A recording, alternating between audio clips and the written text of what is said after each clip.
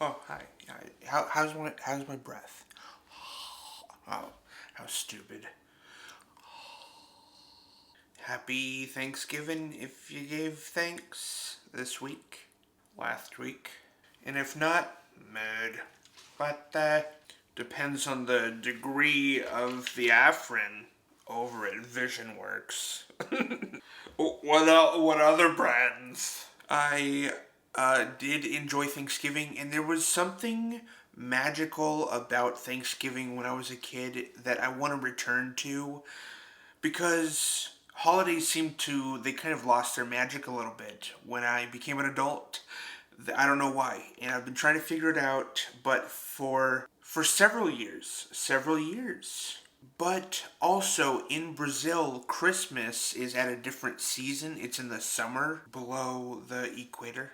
So when it's 105 degrees and you're swimming in the pool on Christmas Day, it's hard to make that feel like Christmas Day. The other one thing that I was probably gonna say about my sharper image over at Sony. Sketch. So I guess really what I'm saying is I've been trying to figure out why the magic has been gone from holidays for so long. Was it just the naivete of being a kid, or is there a way to return to some of that magic in adulthood? I'm looking for ideas. One thing that I did do is I bought some Christmas lights and I put them in my living room. I posted some images on my Instagram. I can maybe throw them here. A reminder to the editor. Christmas lights that kind of outline the door and the window and the TV and the dresser and stuff. It's funny. I'm probably gonna get some more and just even do my bedroom. That was my original idea, and then I didn't do that. But I will. I will. I'm totally gonna outline the crap out of my backdrop here. I think that'd be so cool. That would look really cool. But I would love to reintroduce some of that whatever it was. You call it magic, it's not magic, but it's a holiday. A holiday is supposed to feel a very certain way. And I guess I'm just looking for that feeling. Not only the event, but the time around it, making the holiday mine. Putting Christmas lights in my house, not outside, but inside. To me, that's a difference and makes it a little bit more personal to me. It looks like I have 19 minutes here on the card, so I'm going to try and tell you guys about my friend David Brown in 19 minutes. David Brown is somebody that I met in film school, going to film school. I was 19 and a half, and he was just turning 19. He's 6.5 months younger than me, almost exactly. And I remember seeing him for the first time and not liking him because of his appearance, his hairdo. I thought it was from the 80s. I remember judging his appearance as if I should be anybody to judge an appearance, but I did. So I've also talked about my tendency to do that, as well as my first time meeting David Brown. I've talked about that before, but I want to share some stories that I remember about David Brown in college. These are just randomized stories that I will always cherish in getting to know this dude. Coming up in March, it'll be almost 4 years that I have not seen him. So, yeah, I really miss this guy. We were put into a team early on in director's class. Actually, it was film history. It was film history. We had to make a silent movie, a silent film. I was appointed director at randomized. I don't know why. David got appointed editor. This set was a roller coaster. It was split into 2 days because the first day it rained on us and we had to do it again. I made David laugh really hard on this set, which felt really good. I was rude to him, and then we talked it out later. And there's no third one, but I'm gonna get into those stories a little bit. I love making people laugh, and I remember like individuals. I remember every time I've made them laugh, with exception maybe I'll forget something smaller. But I mean, generally, I can remember when I've made somebody laugh. and what their laugh sounded like, what they looked like when they laughed, how I felt when, whatever. So we're dealing with something like this on a film set, and uh, the this part slides down onto my hand and makes me go, "Ow!" It was something like that. It was some shout, yell like that.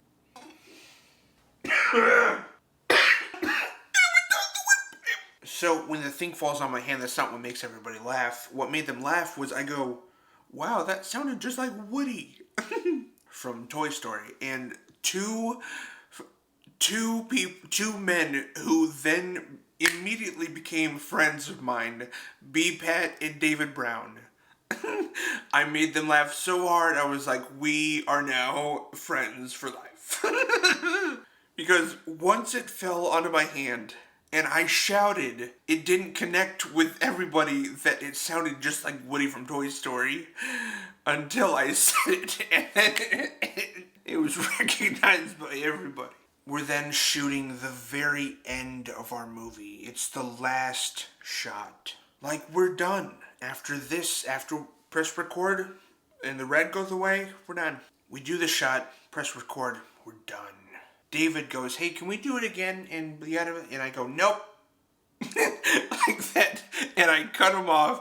I go, "Nope." And he just goes. And I felt really bad.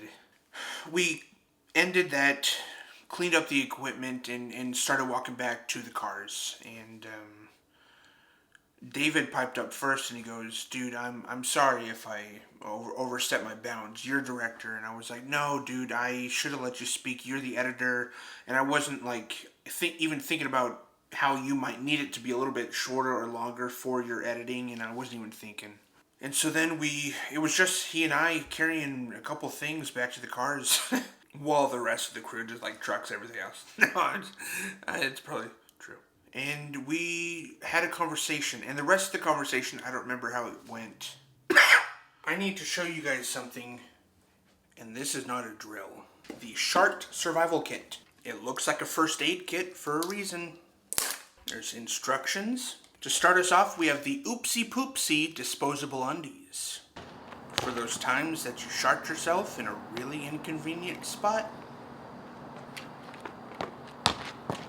Well, there's only one place to shart yourself, but out in you get it. So the undies, one size fits all, I'm hoping. Next, we have our little shart wipes. For those times that you've made a mess more than your surroundings can handle. And then we have the Brown Town tissue pack to clean up from the wet wipes. It says, "Oops, I just cooked up a sloppy cobbler." And there are 5 easy steps that could potentially save you. Oh, I got it. From a very embarrassing situation. And then, once you've properly used the Shark Survival Kit, you get a little... But if you're a chronic sharter like me, you will find this Shark Survival Kit come in handy. There is a link in my bio with a coupon code Collin10. Use it to get 10% off your Shark Survival Kit today. I will be using this every single day of my life. I'm going to go use this right now. Because I just started. So, ultimately, I'm glad that it happened. And years later, I talked to David about it again. And he was like, "Dude, I don't remember that happening." He's like, "I kind of remember the walk back. I do remember that conversation a little bit. But I really don't remember what you're talking about." I was like, "I don't believe you. I was so rude." And he's like, "Yeah, I don't know." And I was like, "Well, I'm still sorry regardless." After that, not too later, soon after? Recently after that, no. After that, in class, he did a presentation on late night stand-up talk, what are they called? Talk show hosts? And I did a presentation alternatively on stand-up comedy and the history of it over the decades. And he covered late night over the decades. Since there is so much overlap between late night comedy or late night and stand-up comedy, there was an immediate fusion of like, now we've laughed together, we've like reconciled, and then we just found out that we have a very similar interest, because I feel like my knowledge of late night comedy in ABC, CBS, NBC, TBS. I mean, all those. David totally knows. I do not. I am a lot more familiar with the history of stand-up comedy than David is. So I feel like our interest in one another's thing equaled. And then our knowledge individually also equaled about that one thing. I don't know if that makes sense. It makes sense in my mind. So the next round of movies that we are cast in, David Brown and I are paired with another friend, and we're all three sitting at a table in this short film. And mind you, we made so many short films. I mean, from 30 seconds to 2.5 minutes. We made those constantly while working on bigger projects and then preparing for even bigger projects. But the practice that we were getting doing these smaller projects so consistently really allowed the bigger ones to go smoother. Smoother than they would have without the practice. So this was just one of the kind of throwaway practice short films that we were making. And we decided on the spot that all of my lines I would say in Portuguese. My second language. I grew up in Brazil. Eu consigo falar português de jeito que tu nem vai entender o que eu tô falando, tá?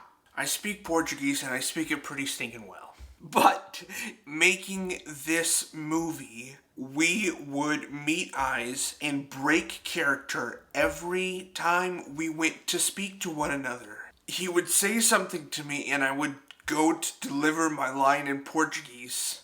And we just found the concept so funny that all three of them, two of them are speaking English the whole time. And understanding me as if I'm speaking the same language. And I think that concept was so funny that we just couldn't get through it. We could not get through it until the joke was kind of over and ruined, and I feel like we didn't capture it right in the movie. Had we captured some of those earlier, had we gotten through it, it would have been so funny. So that was very bonding too, to have that experience of filming, because that was our second or third short film of the day. We just combined them. We got together as a group in one location and just made a couple different short films that were all assignments. It was like director's class, and we all have to direct one film. So it's just and part of the assignment was there was one script with the same dialogue. We each have the same script, same dialogue. We just have to turn it into our interpretation of it. And I like that. The film we were trying to make where we were laughing was not at all a comedy. It was a drama, and we were trying to be all serious, and which might have been information that could have been useful towards the beginning of the story. Dude, I bought a Suburban one time. And it was big and spacious, and it lasted 3 months because I didn't look further into it, and then it just crapped out on me. So that was frustrating, but it did give me a really funny story. We just got done shooting a movie that I had just directed. It's a music video, and I believe it is on my page, actually. One of my earlier videos. I'm trying to remember what it's called. I'm trucking 5 of us plus a ton of equipment. David Brown hops into the back of my, not the backpack, but the middle seat back area. He hops in and I hear, "Ah!" And I look back and he is writhing in pain, and he goes right up the ass. Dude, I could not drive. I was rocking back and forth in my seat, laughing hysterically at his pain because he had just landed on the seatbelt connector that sticks up out the seat.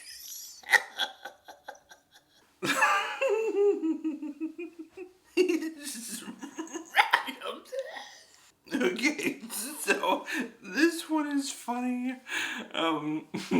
Again, we're on a film set. We were doing that a lot. Now, there's this thing called room tone. And what the producers and directors want you to do, everybody, they get everybody in the set. I don't know why they do this part, but the intention is to get this total silence like this. Everybody stands here for minutes.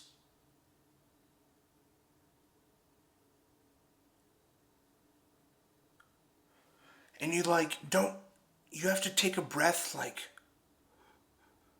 like super slowly, and I legitimately don't understand why the editors don't just get room tone some other time on their own without needing people to stand there still for minutes. And what makes it worse is that people start to giggle and laugh and make each other laugh with like faces and giggle and make other people upset because now we're like, dude, now we have to start over and get room tone again. It's minimum of 30 seconds. It's minimum 30 seconds. If you can get more, great for them. But all of us have to stand there in total silence. And I'm like, why are you doing this? So whatever sounds are going on in like road noise, wind jingling things, it's not meant for dialogue. It's just meant for environmental sound to layer, and blend everything together. So it is important. It is really important to get, but I don't understand. I don't agree with the methodology of their doing it. So we're getting room tone.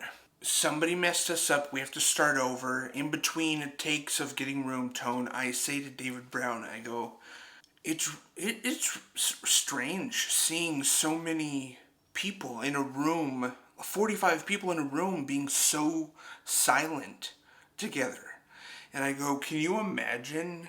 Take room tone out of the equation and just put 45 people in a room standing like this. Like, not interacting. They're not getting room tone. It's just like people standing in a room silently. Under what circumstances would that ever happen? And so David, he finds the concept. Again, it's concepts within an eye. He finds it so funny, he has to cover his mouth because he's giggling. And they're going, okay, we're doing room tone again. And he goes against the wall. And I just see him bouncing like that. Just like trying to keep it so he's like David was just somebody who intellectually and comedically combined.